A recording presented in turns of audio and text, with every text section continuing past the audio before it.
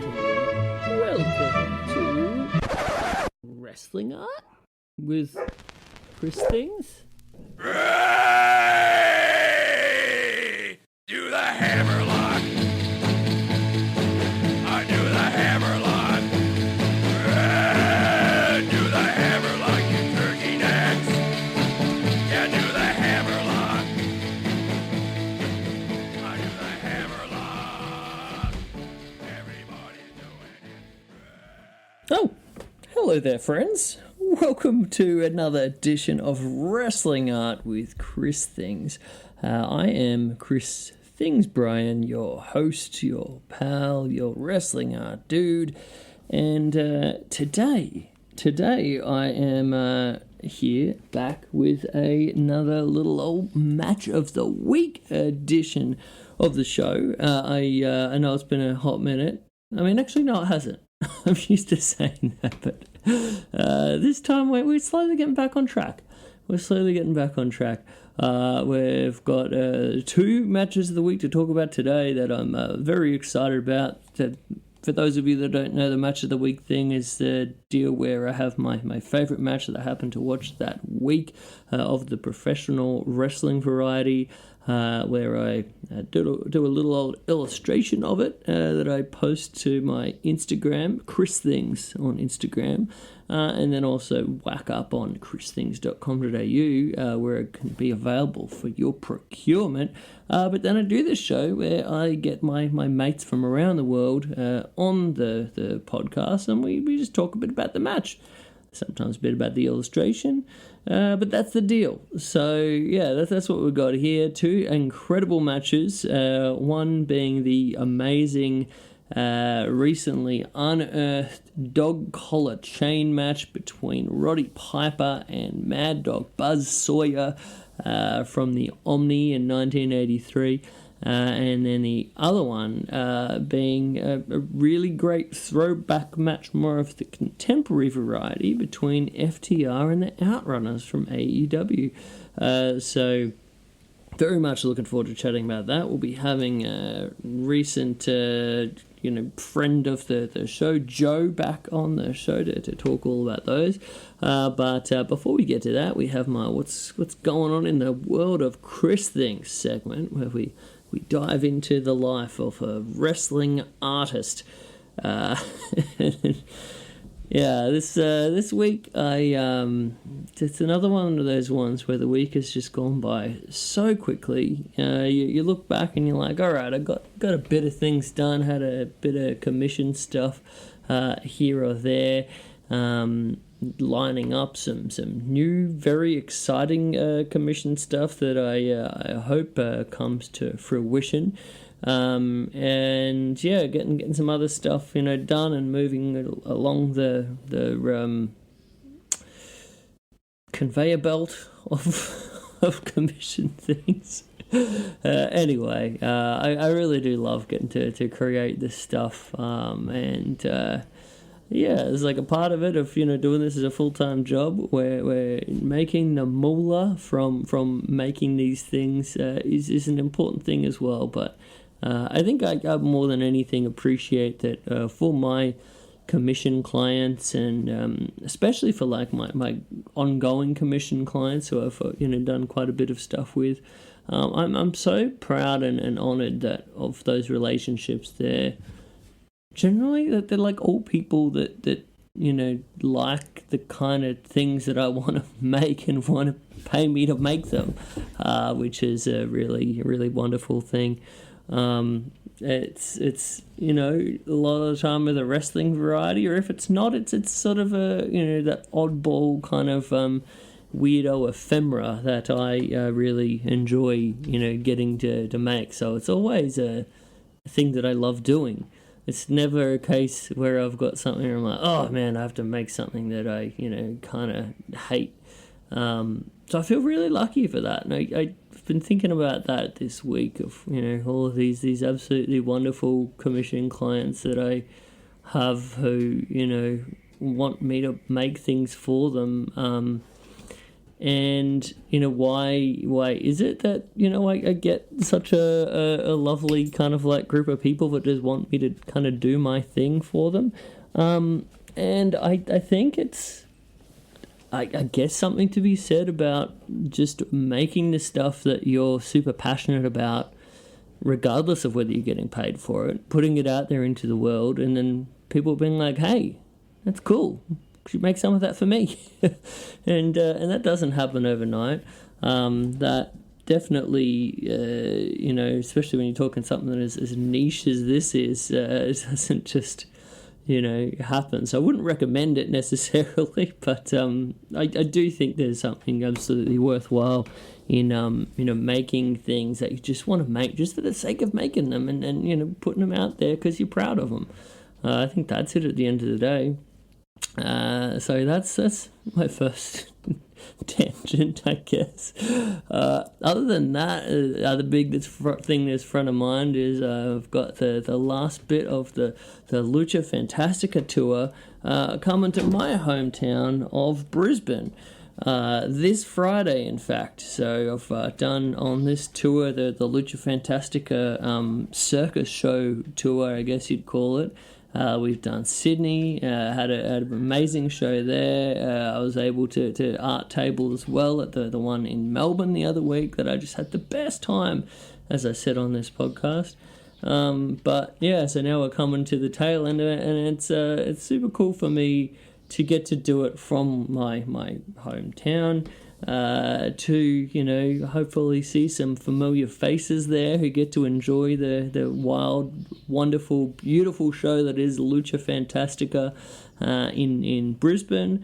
I'm really looking forward to seeing what sort of circus sideshow elements Signor Fantastico has lined up for this one. But yeah, just super stoked on it.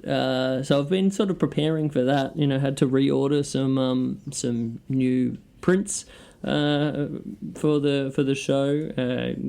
I got a bit exhausted of certain ones at the previous shows, so always got to be topping those up.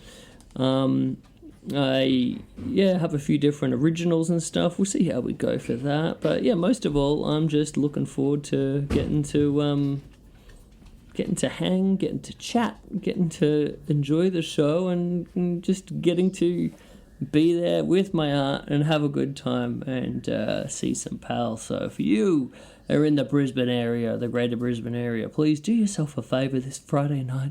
Come on down, Lucha Fantastica at Eaton's Hill Hotel. I'll be there. I'll have my table of art wares. I'll be there all ready and keen to have a chat. If you have any wrestling you want to talk about, if you've been watching something recently that you're very enamored about and want me to know, I would love to know. So please come on by.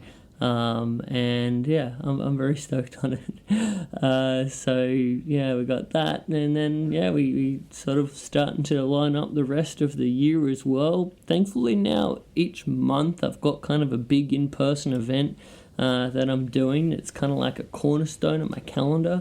So the more I've been doing this, the more important those things are to have ready to go for that. So in September we have the big Brisbane Illustration Fair at the Royal Showgrounds. It's going to be really cool. It's a 2-day event. We also have our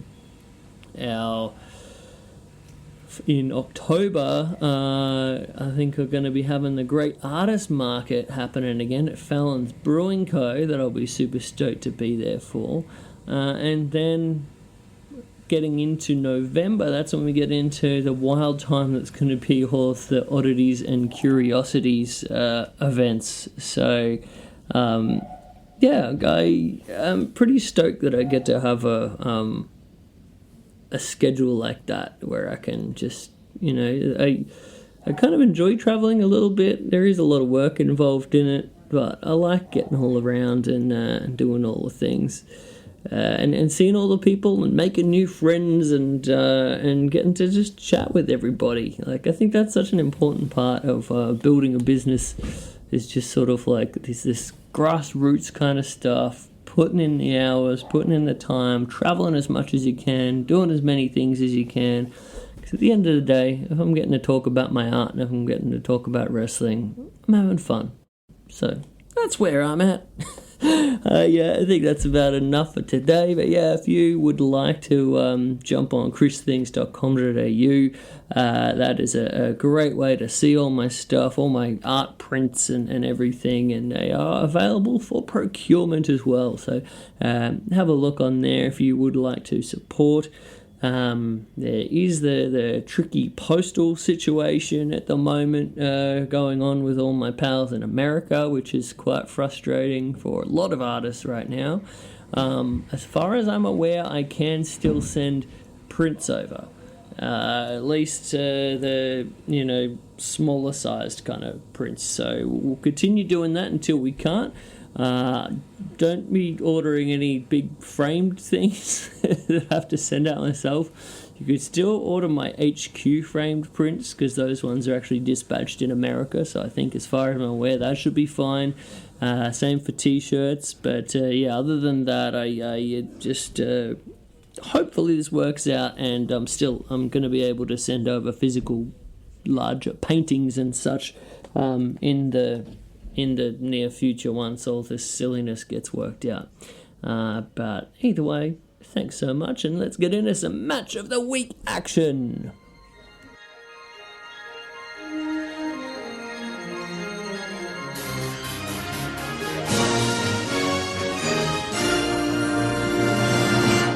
Okay, ladies and gentlemen, I am back with another Match of the Week episode, and I am delighted to be being joined by our Perfect Attendance Wrestling Club member and friend of the show, Joe. Joe, welcome back. Yes, how are you? I'm pretty good. This is one of the rare occasions where I'm recording this show at night time because we both reside in Australia, so I'm able to be enjoying a beer while we do this. Oh, and I don't have one to drink with you. That was terrible planning on my part, to be honest. Okay, it's a Wednesday. I've learned midweek beers need to be an occasional thing as we get to this age. Yeah, absolutely. I mean, probably going to be a few beverages consumed now that I'm thinking I've got the Beards concert coming up in Brisbane tomorrow night, and then we've got the big Lucha Fantastica show on Friday, so I assume we probably should be pacing ourselves. Yeah, well, I'll see you at the Lucha Fantastica show. Yes, I'm very excited for it. At the Eaton's Hill Hotel, which I've seen a couple of wrestling shows at, so I'm looking forward to it. This is the venue that I'm thinking back of the different things I've seen there. The last significant thing that I saw there that was really cool was I got to see Ice Cube play there. Oh, okay. I've seen Emperor play there. I've seen Steel Panther play there. A couple of country artists, Charlie Crockett and Midland, play there, and then I've seen a couple of wrestling shows there as well. Nice, yeah. We have World Series wrestling here in Brisbane, which they seem to be sort of those shows where they just bring in a bunch of sort of big name, Americans, sort of like guys. People have recently left WWE, mixed with sort of like indie all stars. You've been to most of these, yeah? I've been to two of them. The last two that they had a bit of a hiatus there, for a few years, which is a shame but they've had some, as you say, indie all stars. So, Brody King's done it. Will Ospreay's done it at some point. But you're right, it has in recent years turned into very much a ex-WWE sort of touring thing. But it's fun. It's a fun show, and get to meet some people there. Brian Cage actually tends to go to a lot of them. He missed the last one due to injury, unfortunately. But big fan of Brian Cage. Yeah, it seems like a lovely bloke too. Yeah, I remember a million years ago now. It feels like the early incarnation of that company in the early 2000s was I remember seeing Jeff Jarrett wrestle Rove McManus on one of their shows. That's amazing. Yeah, pretty sure like Nathan Jones was on the show as well. We got the Dudley Boys, Super Dragon, Test. Yeah. Pretty Yeah. insane lineup. RIP Test. Mm. RIP Test. Yeah. No, but it is good. Like, it is one of those promotions that you do see some of those indie people who don't make it out here for other shows necessarily. So, look, it's wrestling and it's in Brisbane, so I'm down. Hey, I think it serves a really important part of the market over here because, like, Australian wrestling, going back to the Barnett World Championship Wrestling days, was all about the big name touring Americans, right? Like, Hmm. so it's in a sense kind of like that's always what draws over here, and they seem to still be doing healthy crowds off of that. So all credit to them. For sure, for sure. But we're not here to talk about World Series wrestling. Uh, we are here to talk some match of the week goodness. We got two more matches of the week that we got a little bit behind there. I think we're right on our way to getting caught back up. I think two is a good amount. The double feature we get to get into these with not having to rush through it too much. I'm hoping we don't have another like Sin Limite time episode again, but we'll see how we go. Yep. Yeah, dude, these two matches, I instantly thought of you because with the two ones before we get into too in depth on them. We've got the recently unearthed, incredible 1983 dog collar match from Georgia Championship Wrestling at the Omni. Was Mad Dog Buzz Sawyer and Roddy Piper in a match that I was just so enthused that this was gifted from the gods for us. As I was raving about with Phil the other week. And then our other match is the incredible FTR versus Outrunners tag team match from the 100th episode of Collision from All Elite Wrestling. That just for a TV match, I thought had no right going as hard as it did. But both of these, two great matches, two like kind of retro Southern wrestling classics in their own way. And yeah, dude, I was quite enthused to talk to you about it because I feel like both of these things are probably a bit up your alley. Definitely. And you're right. Um, the that WWE Vault, for all its sort of um, being part of a WWE product, there is some or a few maniacs clearly in the WWE who are hunting these things out and knowing that there's an audience out there. So God bless them for finding this Omni show and Oh for my gosh. finding some of the things they've dug up, which, don't, it's not like, they do other stuff too. They'll just run marathons of the Attitude Era. And obviously there's a huge market for that, and that's fine. But they've got that, and they've got the WCW channel as well. And there's sort of suggestions they might start running an ECW channel. Um, but I'm guessing there must be some monetization in it for them. That's why they're doing it. I don't think TKO and WWE would be doing anything if there's not a dollar in it, but thank I mean, God they're from like doing a it. marketing perspective, I get it. Like I assume the way they're looking at a lot of this stuff is so we used to have a lot of this stuff just on the WWE network, right? We could go back Hmm. and watch like World Class Championship Wrestling from 1984 or some of this Georgia stuff or like whatever amazing thing that happens to be within WWE's ownership. But the thing was, like, you just could watch anything. So in a way, it just kind of felt like it was there, and apparently not that many people actually watched it. So from a like marketing product consumption standpoint, it does make more sense to kind of drip feed it out the way they're doing now. And then I assume, yeah, who knows, but some sort of monetization component of it down the road. I heard recently that apparently Peacock is after all of this Vault content that they're putting out. So we'll see how that goes. Yeah, and how that impacts, like, in Australia, obviously we don't get Peacock. Mm. So hopefully for us it would be not affected. But funny when that network was on Fox here in Australia, on Mm. Foxtel as we call it.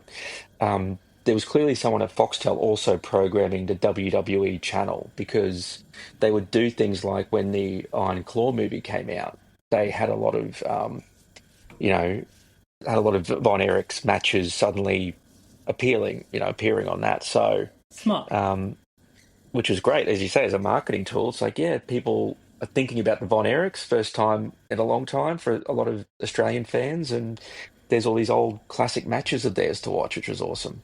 So good. But I mean, I guess to me, the real magic of this Vault thing is so it's of course cool when they're putting together some comps of like a sort of great thing like great like short matches or great Hmm. like lucha matches that happened on Nitro, or there's a incredible looking collection of the best of Bam Bam Bigelow that I really want to jump into in the near future. So they got a lot of that stuff but the thing was, that content is already out there. It's not like we're getting anything new there, other than it's just sort of a smart curation of it. But the real magic of it is, for me, releasing the stuff that has never before been available. So, talking like some of these Omni shows, like you said, we were chatting earlier, like they've actually released a few different ones from different eras. So not just from like Georgia Championship Wrestling, but then once it actually became like part of Jim Crockett Promotions and WCW. So I think that is what I've always like get so excited about. That bloody match with Randy Savage and Jerry Lawler. Hmm. These incredible things that no one has ever seen before, even on the most hectic tape trader. Like they're not going to have a copy of this. So to me, it's just very, very exciting from that standpoint. Yeah, for sure. Like when we did mention about like the idea of a ECW channel, that gets me thinking. Like, because I'm a fiend for ECW.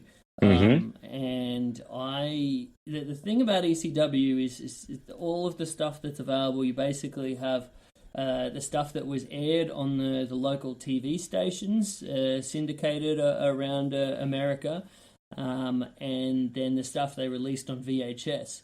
And then once they actually started on pay per view, obviously the pay per views. But there was a lot of this stuff that was like recorded. The other like interesting thing was we did get like the fan cams that were recorded, and I own a lot of those, so that's pretty cool.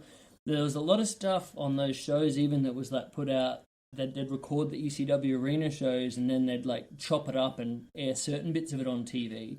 But there were matches that like either never aired in full or never aired at all.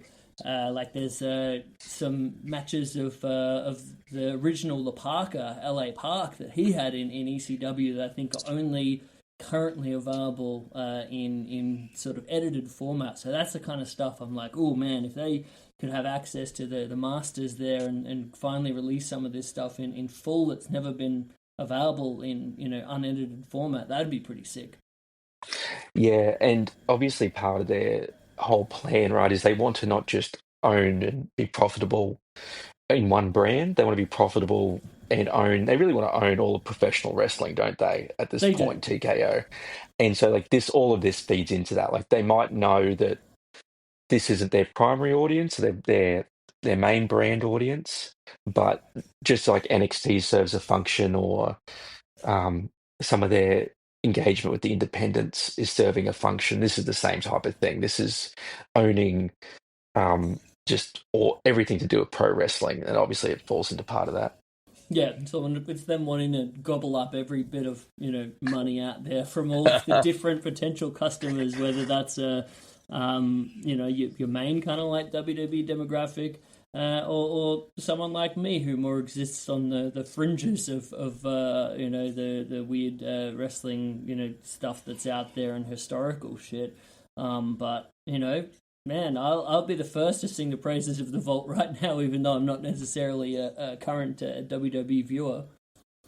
No, no, I'm the same. I'm the same. They do. I think they're doing a great job with it. Mm. I'm grateful. But yeah, I honestly if we're circling in on this show now, this incredible match that I remember going back years, and there were you you have certain stuff that was available from Georgia Championship Wrestling. A lot of this TV stuff was available, but then there was stuff that was just thought to be, oh, that was never recorded. You know, like these arena shows for the most part were same for a lot of territories, unless they were like being filmed for TV to then just air in highlight form. You know, most of this stuff was not even recorded, or if it was then, you know, the masters were taped over. So a lot of this stuff is just, you know, you read the results. And that's one of the things I really love about like Cage Match, the database, to be able to go through and read these results and be like, man, what would Buzz Sawyer versus Roddy Piper in a dog collar match that happened even before the Piper Valentine one? What would that have been like? And you just think, oh, well, I guess we'll just have to imagine it because there's no way we're ever getting it. And then, for lo and behold, this to be coming out. I remember this felt like the bloody Bret Hart Tom McGee match finally seeing the light of day for me. Hmm. Well, did you know about? You kindly shared with me some of the promos leading up to this match Oh my today, gosh. which we will talk about, I'm sure. But did you know about those promos prior to this match coming out? Yes, so I'd watched not all of them, but like a good portion of them. Like I vividly remember the incredible Buzz Sawyer just like roaming about in a swamp for no apparent reason, and that incredible promo with Piper and his truck and the little dog, and oh my gosh. So I remember those vividly, and I think that was one of the big things that then I go and I'm like, oh man, how do I find this match?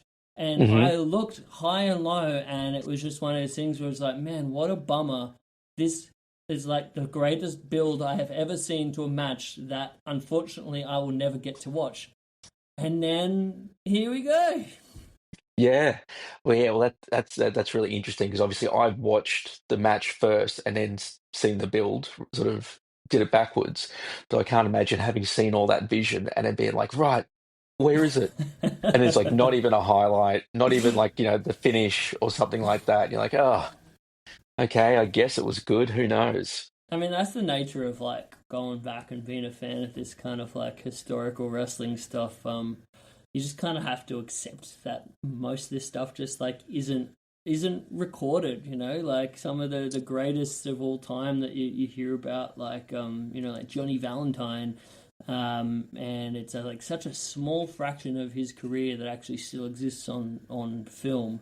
Or you know, like look at it, guys. Like I think we're really lucky when you think about it from a holistic standpoint. Guys like Piper, Hmm. just how much of his career actually is like all on film there for us to enjoy. But you know, a lot of dudes where it's just like a tiny fraction, and that's just kind of is what it is, unfortunately. Yeah, and it'll be interesting. I always think about going forward with digital because everyone just assumes, oh, it's digital, you'll just store it forever, sort of thing. But it's actually not the case. And in years to come, decades to come, like how much content will survive and will be, people will take the time to archive it or keep it around. Will it just sit on dusty hard drives in people's houses? Do you know what I mean? And then years later, um, it'll be dug up. You wonder about that in the future. Yeah, it is a scary thing. I think about the amount of stuff that I've got on like 15-year-old, 20-year-old hard drives Hmm. sitting somewhere, and I'm just like, man, should really buy a new hard drive and transfer all that stuff. But whatever. But yeah, I was so excited about this. So officially, this event took place on August 14th, 1983. Georgia Championship Wrestling at the Omni, the big show home of Georgia Championship Wrestling. This was, I'm pretty sure, like during the time that Ole Anderson was booking the territory, before it was stolen out from under him by the Briscoes and sold out to Vince McMahon Jr. But what a wonderful territory this is. Like, just did you watch like most of this show when it first came out? Yeah, well, I watched the match first, and then I went back and watched the rest of it. But Mm-hmm. um, but yeah, some of the names that you see, and I have to say the other thing about those promos you listed, like there's it's the promos are not just for this match. Obviously, there's other matches teased in those promos, Hmm. which then makes it retrospect. I'm actually going to go back and rewatch the entire thing again. Nice. Um, because you see the build to the other matches, the ball whip match which precedes it. You don't So see the good. build for the Road Warriors match, which is in there. There was some other TV that I found when I was like going back. I actually did see a little bit of hype up for that one with the Mr. Wrestling 1 and 2, I think it was. Yep. I saw at least like one where yeah, I think it was Mr. Wrestling 1 was challenging the Road Warriors to it. And one of the Yeah. other cool things this whole show, so much precious Paul Ellering, and he's also such a great part of the TV build to it as well. Yep. And then obviously comes in at the end of the match. Gets his comeuppance. Yeah, exactly. So good. But yeah, I mean, the TV, so ahead of its time when you watch it. There's a lot of things in it where it's like angles all sort of like coming together, and like being a meeting point where this feud meets this feud, and this guy's friends with this guy, and then like, stuff that I remember being super impressed and thought was so cutting edge watching in like the mid '90s ECW TV, and then they're doing it here in early '80s Georgia Championship Wrestling, and you're just like, man, so ahead of its time. What's old is new, I guess. Yeah, yeah. Or just like those principles just always hold, don't they? Like they just work. Mm. Some of those core principles just work across all timelines. Yeah, and especially when you have just such incredible characters that are like just organically just, I don't know. It's like there's something so amazing when I watch this stuff where it's just like, I know for a fact that was not a pre-scripted promo. I know for a fact that is just coming off of the top of that guy's head. He's just reacting to the moment. Like it's just a magical kind of stuff. Like even like Pistol Pez Watley. I'm not sure if you saw his promo, but I thought he was absolutely incredible. Which one's that? I think it was on one of the build promos, but he was hyping up his match against man, I can't remember who it was against exactly, but yeah, everyone across the board, like Wildfire Tommy Rich, absolutely Hmm. incredible electric promo and personality and like physical charisma as well. I really loved on this show. It was I think it was like Greg Valentine versus Pistol Pez Watley. Now that I think about it, that was like that was one of my favorite matches on the show, to be honest.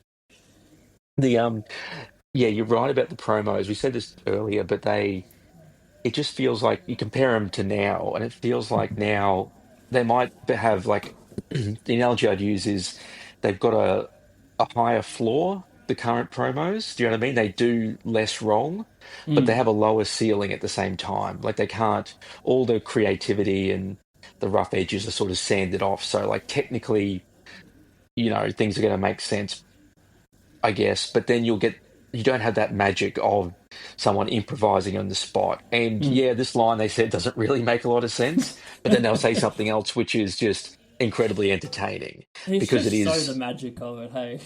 yeah, it is. Like even at one point, one of them, um, someone describes someone. I think he's talking about Piper, refers to Piper as a dog, but Mm. then like he's talking about Mad Dog in a positive way. So then you're sort of like, hold on, do I want to be a dog?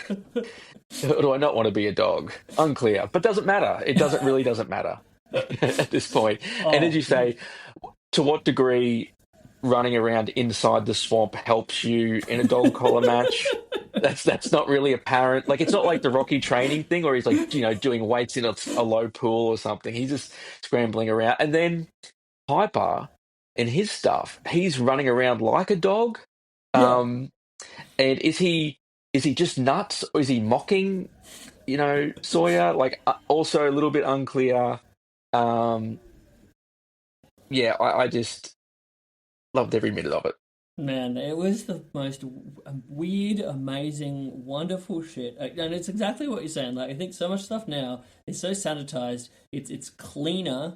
It's like easier to Hmm. watch. Everything, I guess, makes more sense in a way. But there's so much magic about this, where you, especially what I love about Piper in so many of his promos. There's so much stuff that just is so off the wall, and I have no idea what he meant, but it was Hmm. delivered in such a wonderful, like, electric, passionate way that I don't even care.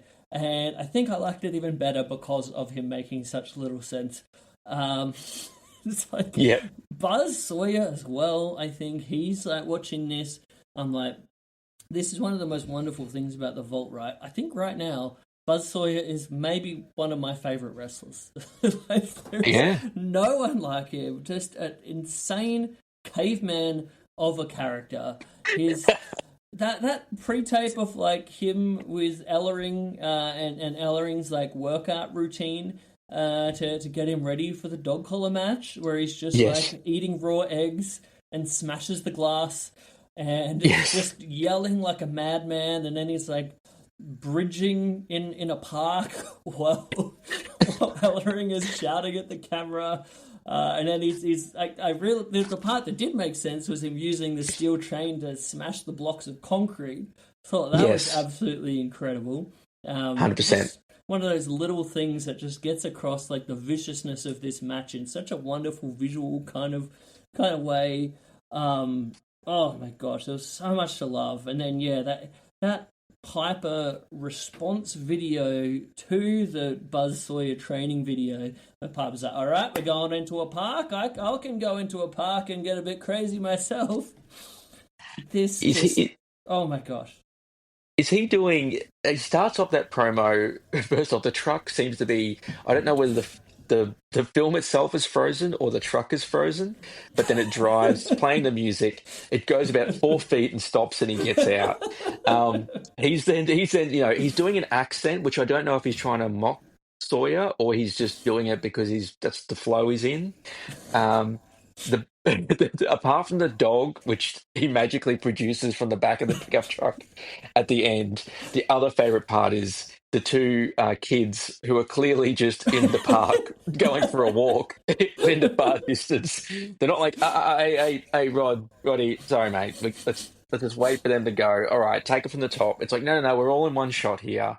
Yep. That's the other thing too. There's no edits. The only edit is between locations or the one where it's sort of implied that Roddy's like, hanging himself by the dog collar to toughen his neck or something. There's Yeah. clearly, they pan up Oh, where the he's, editing on that, man. Oh, yeah, 5 stars. yes. They pan up, it's like, oh my God, I wonder why they cut midway through his waist and didn't just show him hanging there.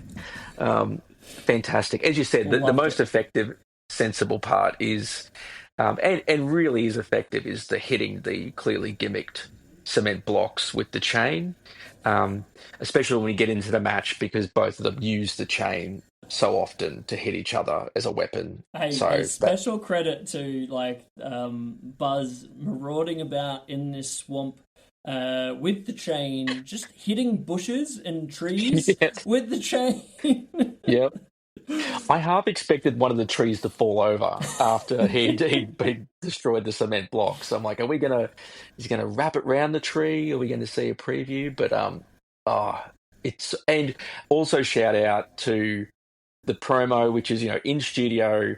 He's deriding Piper for, yeah, I bet he's not here. He wouldn't come here. I bet we have to watch a video. And he turns, he's like, all right, I'll watch the video. And he watches it. And then who would expect that Piper appears Right and beats behind him him. up? Right, and very cautiously moves the desk out of the way before he starts beating the crap out of him. So, and Oh that was my a really gosh. good tussle, by the way. Like, that Oh looks like yeah. a real fight. Like, they're on top of each other, they're throwing the punches, they fall over. It looks like a real fight.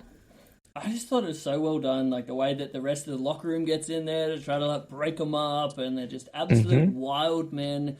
Um, as well, like in that previous promo, I also wanted to make special mention. There's no way I couldn't mention the fact that in the midst of this, Piper broke a beer bottle over his head to prove a point, Yes. which I've seen various Piper interviews over the years where he does that spot and breaks the bottle over his head. Can very much guarantee that is most likely a real bottle.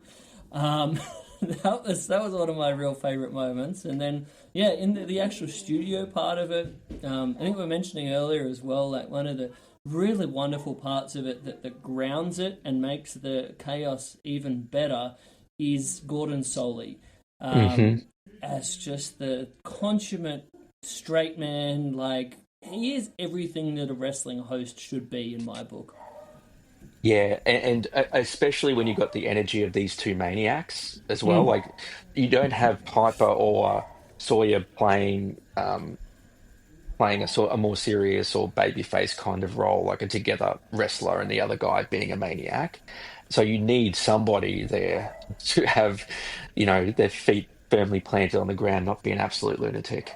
So wonderful to just have these two just freaks of nature, these like just wild people, and then the response of Gordon Soley of like, oh my, amazing stuff. Yes, no, amazing, loved it. So this certainly wet my whistle for the big match, and just it almost, you can put yourself in the shoes of the people in Atlanta, like living through this, watching this on TV, and then knowing that, all right, I don't know what we had booked in, this Friday night, Cheryl, but we have to cancel that because Roddy Piper and Buzz Sawyer are having a dog collar match, and we have to be there. Like they're getting to actually witness this in person. Man, to be alive and in Atlanta at this time. Yeah, it's fantastic the way it starts. All one camera too, all filmed from one camera, not multiple angles. It's just one camera zooming in, zooming out to give you the wide shots. Love that crowds, there's no commentary as well. yeah, that's true, and it doesn't lack for it at all. Doesn't need, they're both so good that they're communicating everything you need to. It feels much more like being there for those two reasons. I think you've got the one perspective the entire time, and you don't have the commentary to sort of explain things to you. You're just relying on the performance. Yeah. It allows you to put yourself in the shoes or in like one of those seats there. Like you're part of that crowd, and you're able to soak it up the same way the crowd is, especially being just from that one fixed perspective. It just felt like just the best way to possibly enjoy this.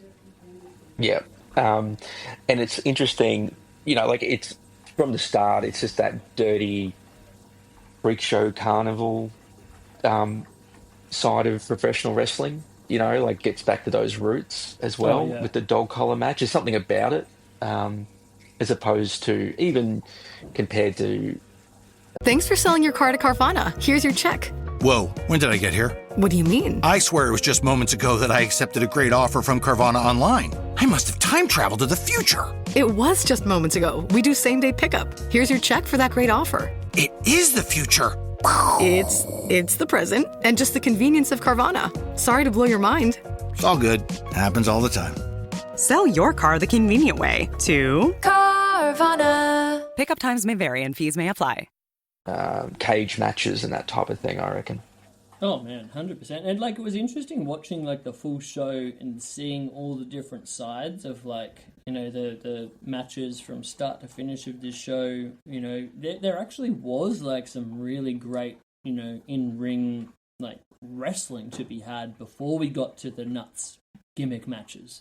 Like I really, really enjoyed that. I can't remember who he was working with, the Ronnie Garvin match. That I thought was it Ronnie Garvin and Larry Zbyszko maybe? Well, the only thing I'd say, like, I don't miss the commentary, but it would be helpful to have some supers occasionally as they're going through the match. Like, who's wrestling here? Yeah, I mean, I yeah, definitely was relying on the cage match listing for this whilst I was watching it. But yeah, like that had just some incredible, like intense kind of like grappling and just actual wrestling that happened, and then yeah, again that Greg Valentine versus Pistol Pez Watley match, like.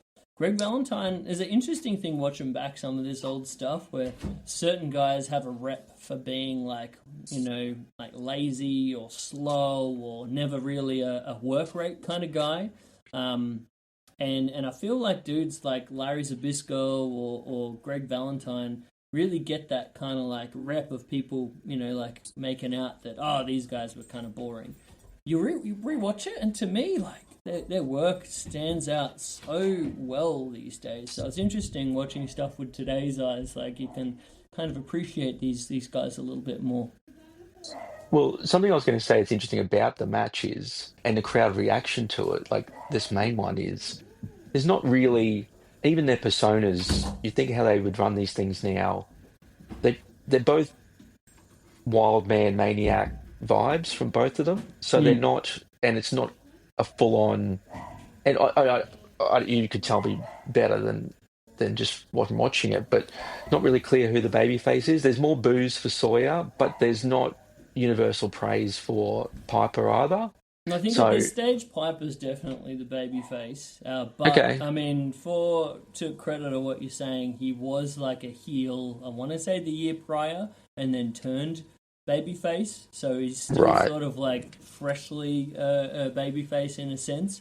So probably that would be the reason, I would imagine, for a bit of the boos. People haven't quite been won over by him as a good guy just yet. But what a great, just insane babyface! Like this is I love everything about Piper at this point in his career. Just absolutely incredible. The match also starts really well, like with a lot of, they don't just go at each other straight away. They're great sort of test of strength with the necks at the start. Like building up the gimmick. This is what I really love about it. And it was the same thing for the bullwhip match prior. Total commitment to the gimmick and making the whole match about the gimmick and building it all around this, because the dog collar chain is the whole thing. So it's not like they're just using it as a prop or as a thing that they can use within their match. It's like this match is all about it, and they make it feel like the most important thing in the world. And yeah, from that opening moment where they're like both sort of doing the neck strength thing with the chain getting full taut, and they're both just like bucking one another with it, and it just, I got chills, dude. Like just watching that moment, just thinking, man, I am so beyond excited about this right now. And they both, the other thing, credit to them both, that they don't really, considering they go inside the ring, outside the ring, back into the ring, back out, over the barricade, all of that, don't really could very easily get tangled up. Given this is one of their first dog collar match, you would expect that potentially. Oh my gosh, there's so much in this that's like that, and like similar to what Phil was saying, like the idea that this is both their first dog collar match and one of the first like high profile dog collar matches kind of ever at this point, as far as I'm aware. This is before the big, Piper Valentine one that would happen later that year at Starrcade. So this was so groundbreaking, and both of them kind of like working out the gimmick. But the thing I found so fascinating and so impressive was like all of these like key spots that we now associate with the dog collar match. As Phil was saying, they have them down. Like, how did they have any right to have like every one of these key like dog collar spots like worked out is in the first kind of like high profile dog collar match that ever happened? Yeah, and on every level, right? So you've got the chain in the mouth spot, do that, hitting each other with the chain, hanging the other dude over the top rope with the chain. around the corner post with the chain. Yeah, using the chain to pull the guy through the thing into the corner post. So Yeah, good.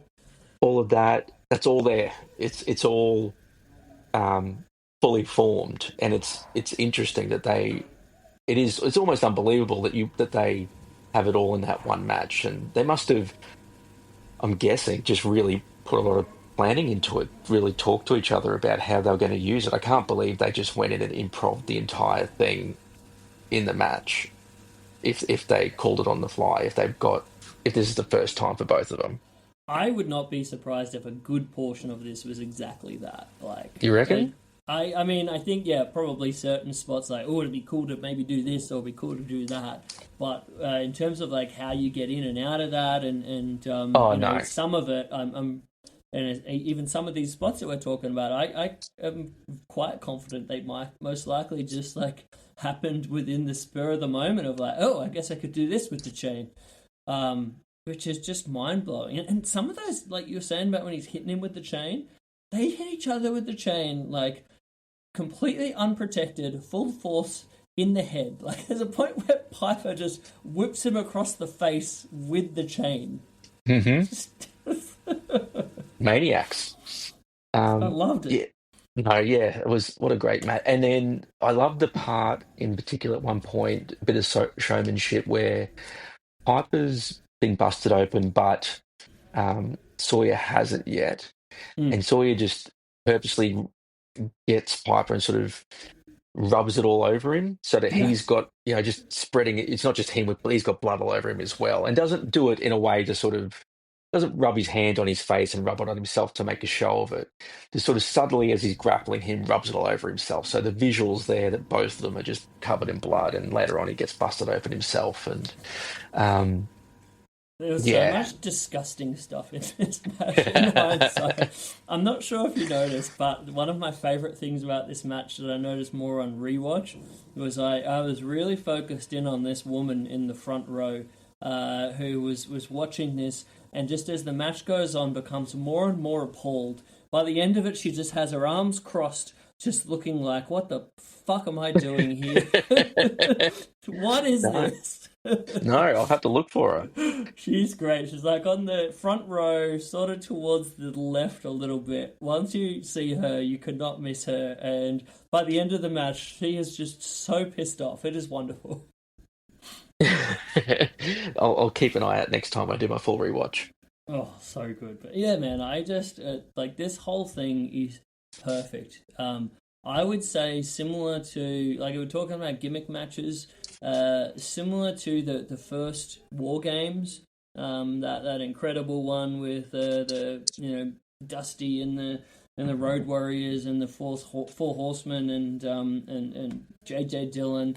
Like, and you're like, how can the first one be the best? Like, that's just absolutely wild. Like, I feel the same watching this, and I don't know whether it's like rose-colored glasses a little bit, just because it's a match that I was wanting to see for so long, and then we finally got it after thinking we never would. Whether that kind of builds it up a little bit, but yeah, dude. As I was mentioning to Phil, I think this is officially my favorite dog collar match, or at least singles dog collar match of all time. And the other thing about it is only one pinfall as well. There's not multiple, no kick outs. So it's just beat a guy until you can pin him. That's it. There was the one bit where Buzz was pinning Piper after something, and I remember thinking it was interesting, and I really liked it that Piper, rather than doing a big kick out, he just got his foot on the rope. Kind of like selling the exhaustion and intensity of the violence of this one. But yeah, there's another great match I wanted to make mention of, where a moment of it where Buzz and Piper are on the outside, and it's towards the end of the match, and they're on either side of the guardrail, and then Piper just yanks Buzz over the guardrail when he clearly was not ready for it. just dad strengths him over this guardrail, and it just gave me so much joy. Yeah. Especially for a big dude like Buzz. Yeah, he is. He's solid. with the art for it, how did you choose? Why did you want to choose that moment for the art? So I think that was one of my real Not favorite that moment. matches. That wasn't that one, but yeah, this was sort of one of No. the last moments toward in the match.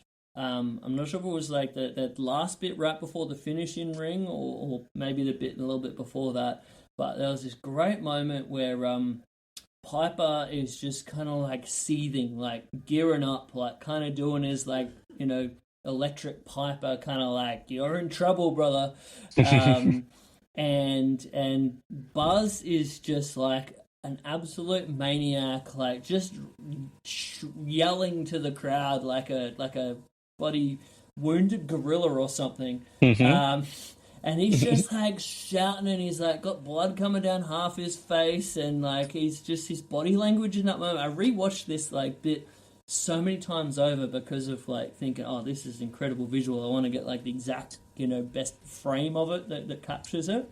And the more I rewatched this moment, I was just like, this is everything. You got like Piper kind of like geeing himself up, like just about to finish him, and Buzz is just like this like wounded gorilla who's given out this like final defiant like roar before being put out of his misery. Like I just loved everything about that moment, and that's the reason why it kind of summed it up, and I chose that for the actual illustration. But dude, it was another one of those ones where there was so many cool moments that would have been sick visuals. But I mean, it always helps when you got all the Crimson Mask happening as well, Yeah, I quite like that there's a little point in it when I don't know if it's when they first go outside, but they're sort of towards the camera, but they're quite in shadow. So there's like a cool like silhouette where they're sort of out of the thing. And the other thing about this match, actually, to mention, and throughout the whole show, the whole Omni show, is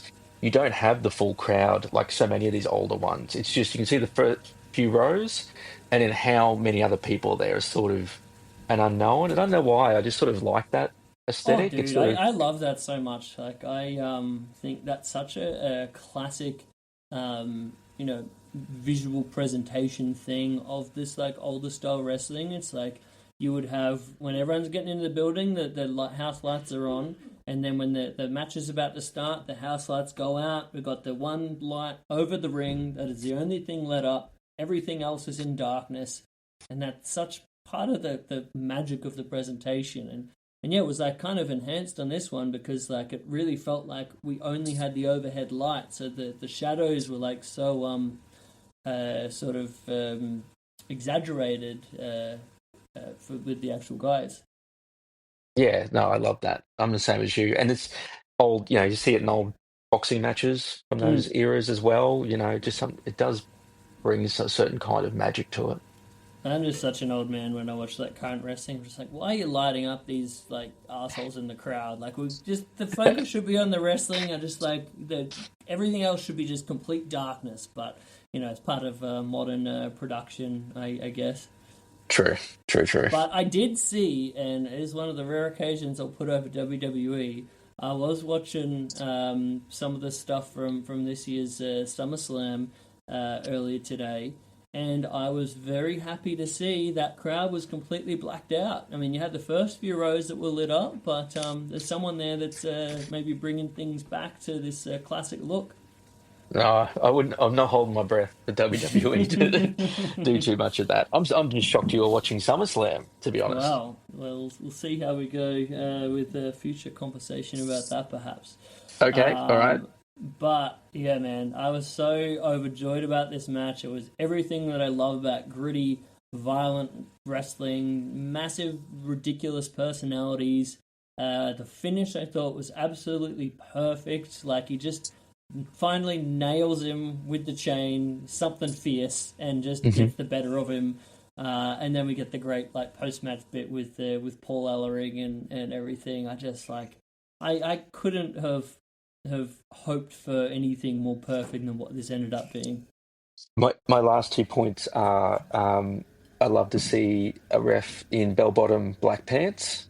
Oh my gosh. That's something. And Piper in green trunks and green boots as well. We're used to seeing him in blue traditionally. And Green. Something I just love about like the referees in like the retro attire with the haircuts as well. Like, oh my Yes. gosh, it's almost like you're watching Anchorman but in wrestling form. Yeah, no, but this is the professional look. They're supposed to be like, this man's an official. You need to listen to this important person. Can't you see his pants? Do you know this referee's name? No. This is a good one. I was trying to remember it. It finally came to me. I remember what his name was. So good. This referee's name was beautiful blonde Bob. The 70s tapered flare pants. His name is Scrappy McGowan. Oh, yes. Scrappy. Ah. Man. You know how I talk about, there's an Alan Moore thing about, he talks about in Watchmen that certain faces don't exist anymore, that you see pictures from certain eras and you're like, who is that person now? That person doesn't exist. That face doesn't exist. And there's some names like that.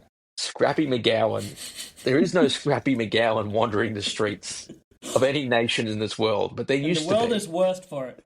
Yeah, correct. Correct. All these other stupid names wandering around, and where's Scrappy McGowan? So good. Yeah, man, this is just such a delight. I'd highly recommend everyone go out and check it, and more. I don't know if more importantly, but when you do, absolutely make sure you watch those. Dig out those pre-match TV kind of like interview highlights, build things to this match because, like I said, I don't think I've ever been more excited in terms of anticipation for a professional wrestling match than watching these beautifully campy, weird freak show vignettes. An absolute highlight to watch them, and even still good after. Doesn't matter. You can have them for entree or dessert. They're still fantastic. I love it. All right, so that brings us on to our next our match of the week thing here.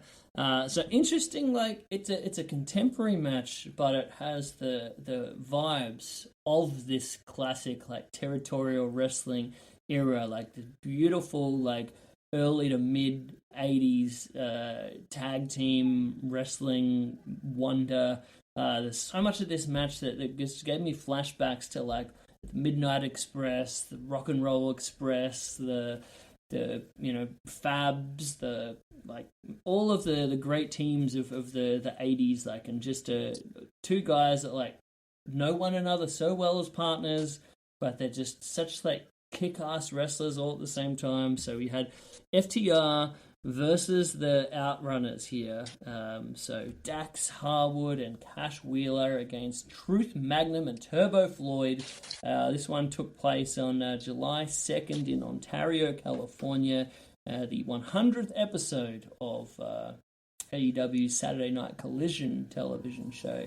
And as a TV match, I was kind of spoiled on this. I'm going to be real. I didn't watch it, like when it actually happened, but I heard incredible things about it. And then on watching it, it so exceeded my expectations. What was your encountering of this?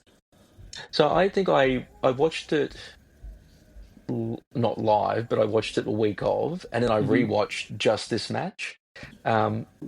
First of all, a great collection of pro wrestling names, the four of them. Oh yeah, it doesn't really get, and obviously all intentional, but like just to put them all together in one match makes it really special.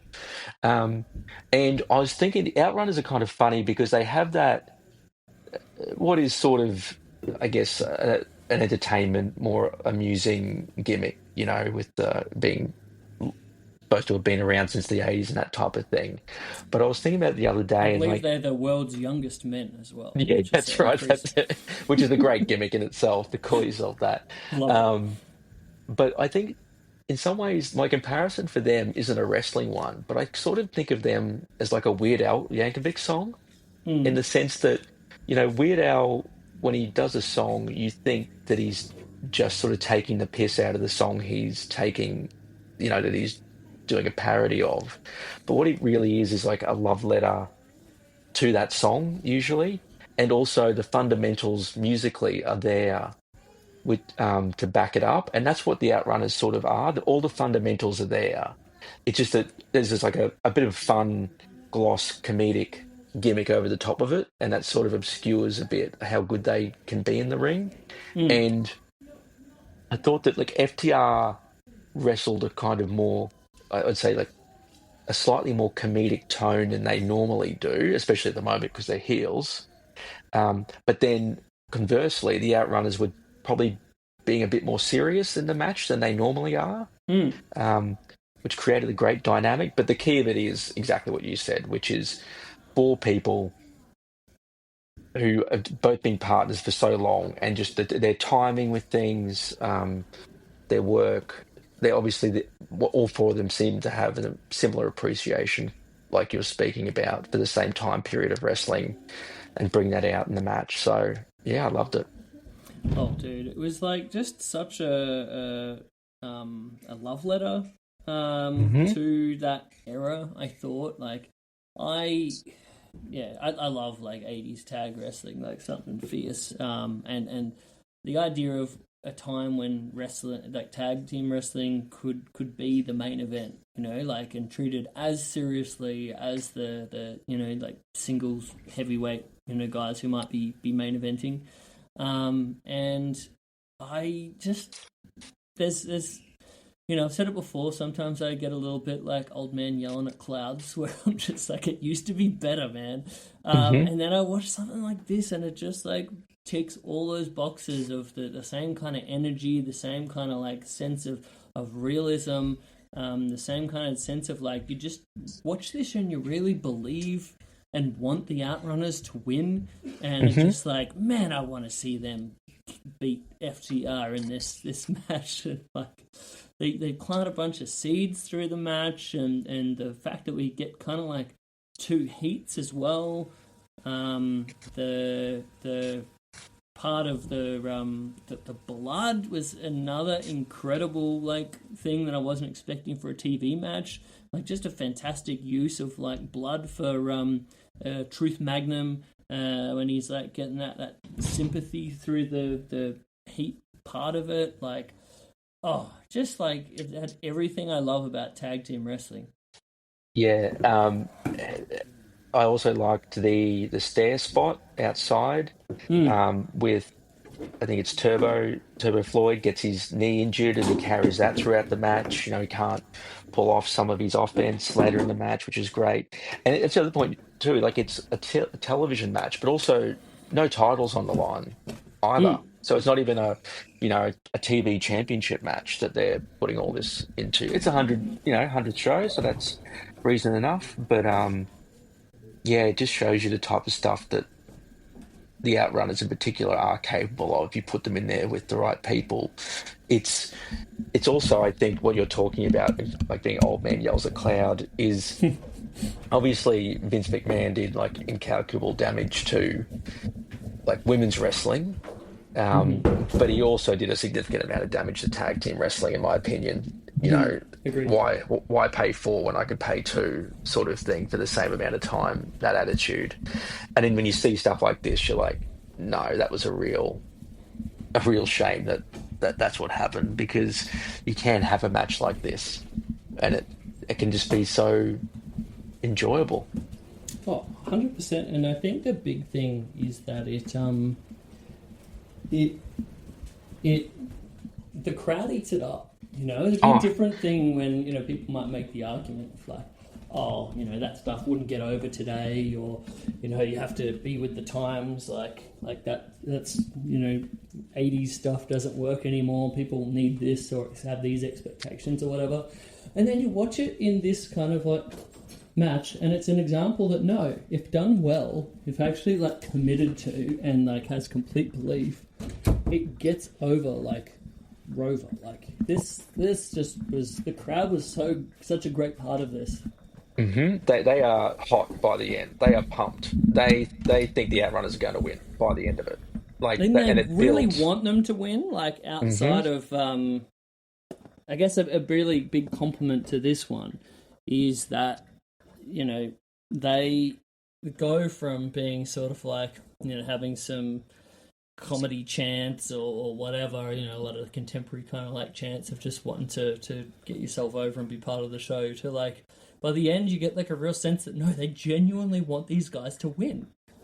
Yeah, no, they're reacting to this, like, to the spots, to the story that's being told throughout it. It's not just we recognize this, and as you say, or getting the crowd getting itself over it. That's not what's happening by the end of it. And Stokely Hathaway also, by the way, just his work really underrated continuously, and just managers in general seem to be so much more successful in AEW at the moment. I think it's a very good thing. It's another one of those like things. Managers are such a important part of wrestling, and especially tag wrestling in the 80s. You talk about like your Midnight Express, for example, with Jim Cornette. Like, he was such an important part of that act, and for WWE to kind of just make that call, same way like you're saying of what they did with kind of tag wrestling, of just being like, I just don't really like this. They really downplayed managers for so long, and I think still do they have an edict where it seems like there aren't, they don't have people that are called a manager anymore. No, and unless it's for some reason, unless it's someone's wife or girlfriend or something like that, that's about the only time it seems to come into play. But yeah, but again, another lost art that AEW has brought in, and I think it adds. It doesn't just add, catchphrases and all this type of thing to it. It adds, even for a wrestler who can talk, it brings something to the show. Gives you so many opportunities. But yeah, what a great match. More of it, please.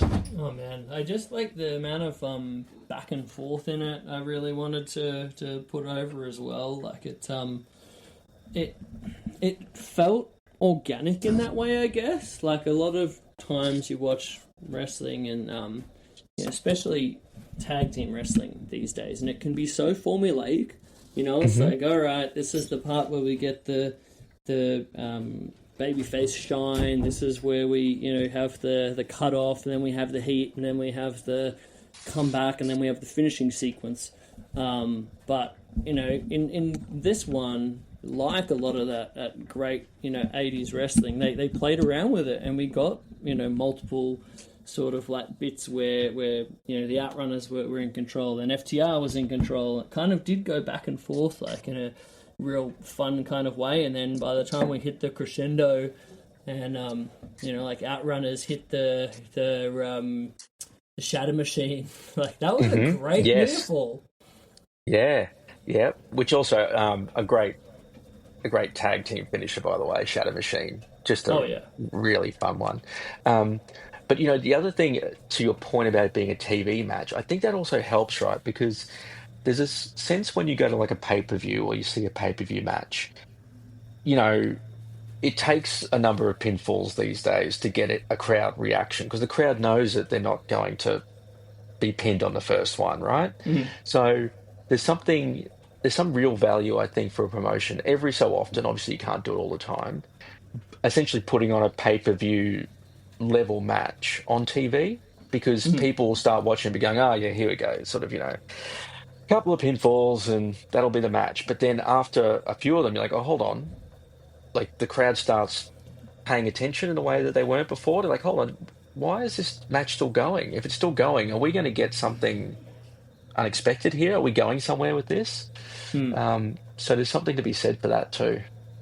Yeah, I think it felt like it would had the potential to be like a really special kind of match, but yeah, it was kind of like being on TV. You kind of have the idea that it's going to be whatever. There's probably going to be some bullshit run-in, or you have these kind of expectations from TV wrestling, and then just to get a match like that, I was like, this really felt like something special. And yeah, I'm a big fan of all four of these guys, honestly. Like, four of my my favorite contemporary wrestlers these days.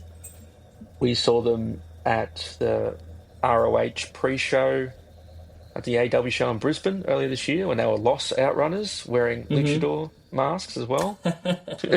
Yes, And indeed. their more recent, again, shout out to Trunks, a more recent Newport cigarette inspired Trunks, which So is, good. again, just a bit of creativity, something you wouldn't traditionally do or see. Love that too. I just love the whole look, dude. Like the receding bleached hair, the absolutely exquisite moustaches, just the absurd tans. Like, I am so into. Obviously, I love like 80s kind of culture, so I was going to eat this up anyway. But man, they do it in a way where there's a sincere love about it. Hey. Yeah, well, that's what I was saying before. Like, it's not just a joke. It's, you know, I guess I don't know, maybe we've lost the ability to be serious about things these days. Everything has to be somewhat ironic, but they do clearly love and are inspired by this, and then they turn it to their advantage. They turn all those things to their advantage by doing that. Yeah, and it's gone further than being just a joke. It's not like this one note like and then they whatever. Like I think they've really got something here. So I hope they go with them in terms of like getting high positions on the card and maybe one day getting them tag straps. But I hope so. I hope so. They've just changed over to Brodito, as they're calling them. Which actually another good example of things you can do with the tag team. Your tag teams don't always have to be the same size. You can have a really big dude and a smaller dude and do some different styles and different things as well. Yeah, Other cool stuff you can do with contrast. the tag team. Yeah, imagine that. Imagine variety and contrast in wrestling. What a concept. Yeah. And I did also want to make sure to put over. I think this was one of my first times watching FTR since they're sort of being back in the black hat side of the ring, and I feel like they've had a real career renaissance as bad guys again. I feel like they were an incredible team as goodies, but I am a big fan of where they're at and hopefully seeing more of them as in this kind of role. Yeah, me too. I think it's interesting to see in AEW like they don't. House of Black sort of dissolved, and also Brody King and got too popular, so their heel stuff came to an end. Malachi Black left. You've then got the Hurt Syndicate in there, but they're I don't know, mixed opinions on them and the way they're booked. So they really are the heel tag team at the moment in the men's at AEW, and I mean a great because they're so good and they can work so well. They're a great heel tag team to have. Oh yeah, they're just doing. You think with certain guys like, all right, okay, well, they had their kind of big run here and then now on to the next thing, but these guys just continue to be so good. I think honestly, it might be a big thing to say, but easy for me, tag team of their generation. Yeah, well, I mean, who else would it be? There's not I really. mean, for me, no one. Like, Yeah. I'm like it was the Briscoes, and then now it's FTR, straight up. Yep. I couldn't. I literally couldn't provide you with anybody else who'd be close. Like honestly. Yeah, I mean, I was a big fan of the Motor City Machine Guns there for quite a while. Yeah. There were different, periods in time where I've been a big fan of the Young Bucks at certain points. Yeah. Okay, well, that's probably it then. That's probably the only other tag team. Yeah. Them or the Young so. Bucks. But yeah, dude, this was awesome. Match where I wouldn't necessarily have seen this if I hadn't have heard such good praise about it. But I'm so glad that I went out of my way to watch it, and I'll definitely be keeping more of an eye on both of these dudes going forward. Definitely. Yeah, but you're right. For all the flack that the quote unquote, I can't believe they even use this acronym now, the internet wrestling community, which I kind of hate. Like the internet wrestling community, like is there anyone in the world who's not online anymore? But this is what I like about, that certain people will big up a match and say you should check this out, and you might not watch a show all the time, but they might shout out a really good Sheamus match on a random SmackDown. You'd be like, oh, I don't really watch SmackDown all that much, but I'll watch this one, and it looks good. So it's one of the good things about there's a lot of negativity around there in wrestling online. But there's also a lot of people who are really positive about stuff and are shouting out great matches and things, like drawing attention to things that are not getting enough love. And so that's a really cool part about it.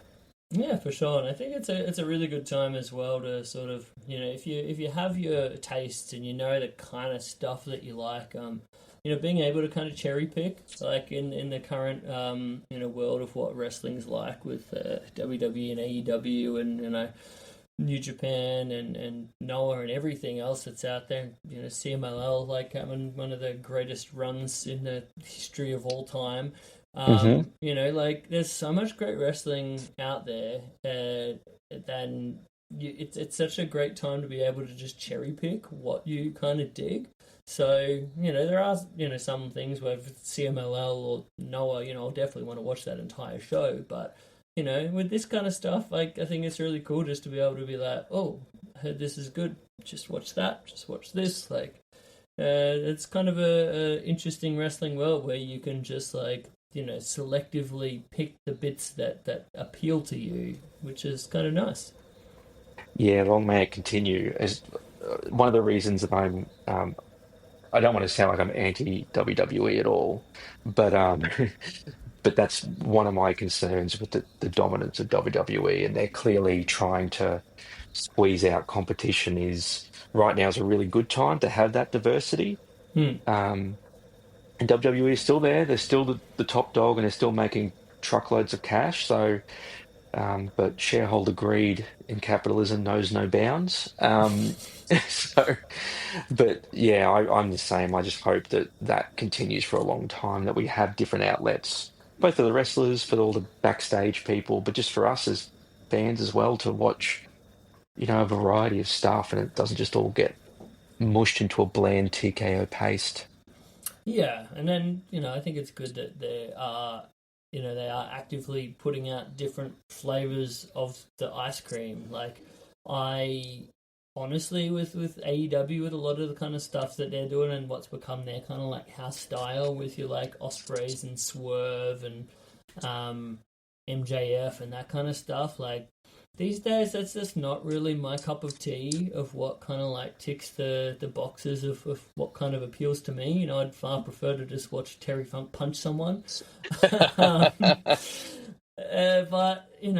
think it's good that, despite them having a lot of that, we still have a show where we can get a match like this that gets time and, doesn't have constant run-ins and stuff like that, and just is given room to breathe and be awesome. So hopefully we can see more of that in the future.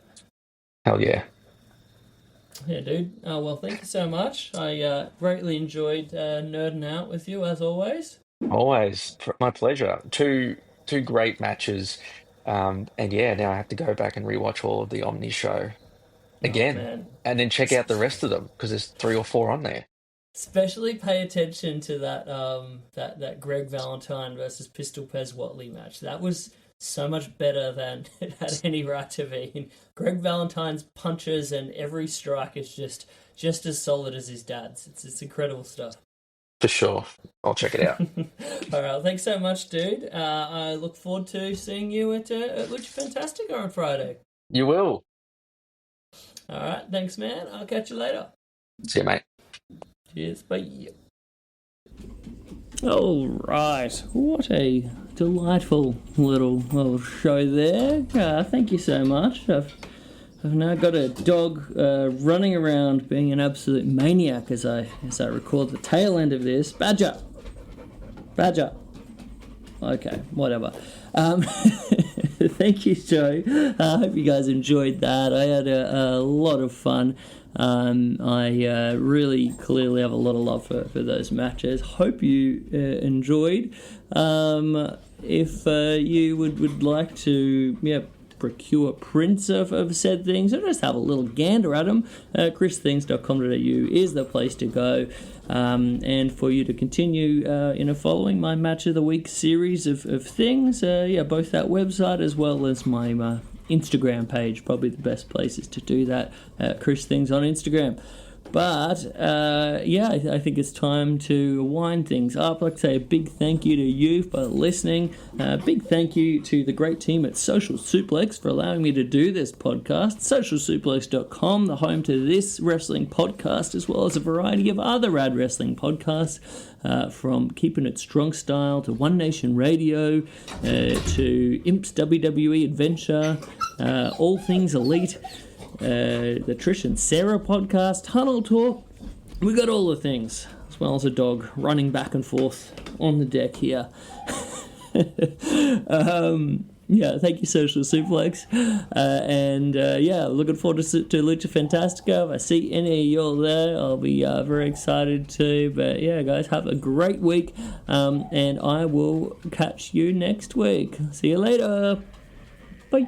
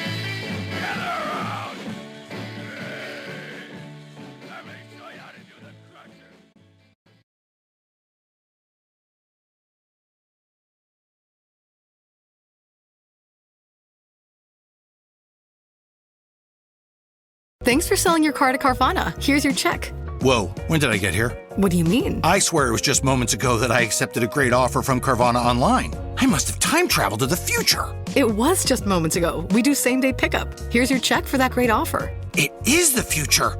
It's the present, and just the convenience of Carvana. Sorry to blow your mind. It's all good. Happens all the time. Sell your car the convenient way to Carvana. Pickup times may vary and fees may apply.